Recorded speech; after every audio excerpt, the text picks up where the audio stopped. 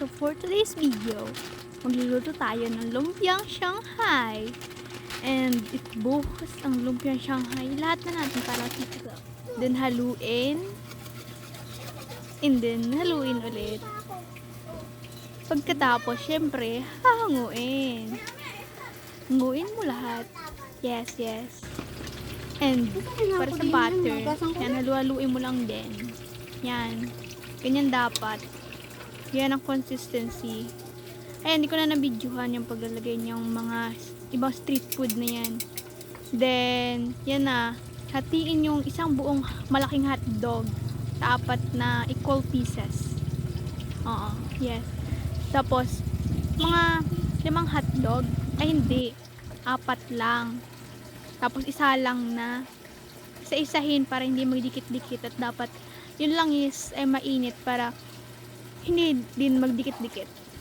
So, isa lang lahat natin. Tapos, kapag dito na, syempre, halu-haluin mo lang para pantay ang pagkakaluto. At, ayan, quick naman. Itlog yan ng manok, hindi ng pogo.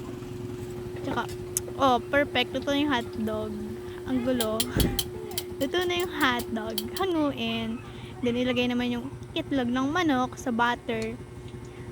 Lahat yan, mga 10 piraso. Tapos, ilagay na sa mainit na mantika ang itlog na may butter. At dapat mainit pa rin ang mantika para hindi ito magdikit-dikit. Tapos, hanguin na kapag luto na. Kasi, pag magtatagal yan dyan, masisip-sip ng butter yung langis. Next is, lulutuin natin is dugo. Yan, Betamax ang tawag ng iba dyan, pero gusto ko yung dugo yung tawag. Hindi naman pwedeng blood, diba?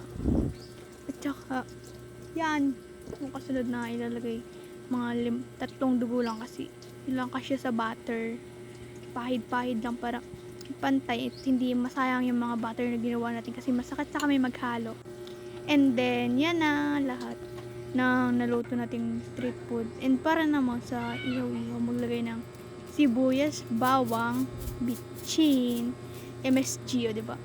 Ang galing. MSG, tapos, paminta. Yes, yung durog dapat para mas mabilis umalo dun sa mga, natin, sa mga iihawin.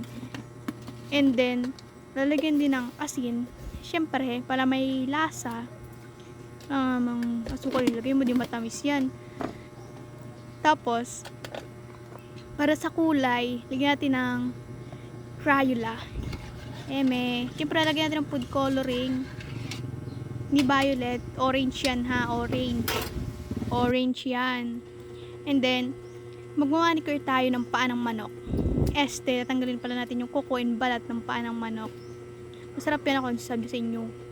Oo, masarap yun. Tapos, siyempre, tatanggalin lahat ng kuko. 4 lang yan, hindi yan 5. Yan katulad natin. And then yan, na yung ulo, paghango, naging isaw, o diba? Magic!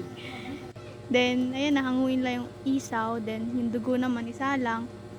Isa lang. Napakadami naman ng Betamax na yan.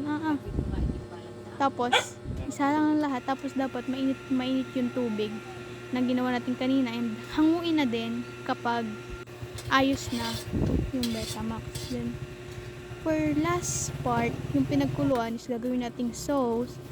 2 sauce yan, matamis at mahalang para may pagpipilian syempre. And yun lang guys, bili na kayo. Unang kagat, ginawa ko naman ang lahat. Unang talsik, bakit ang sakit?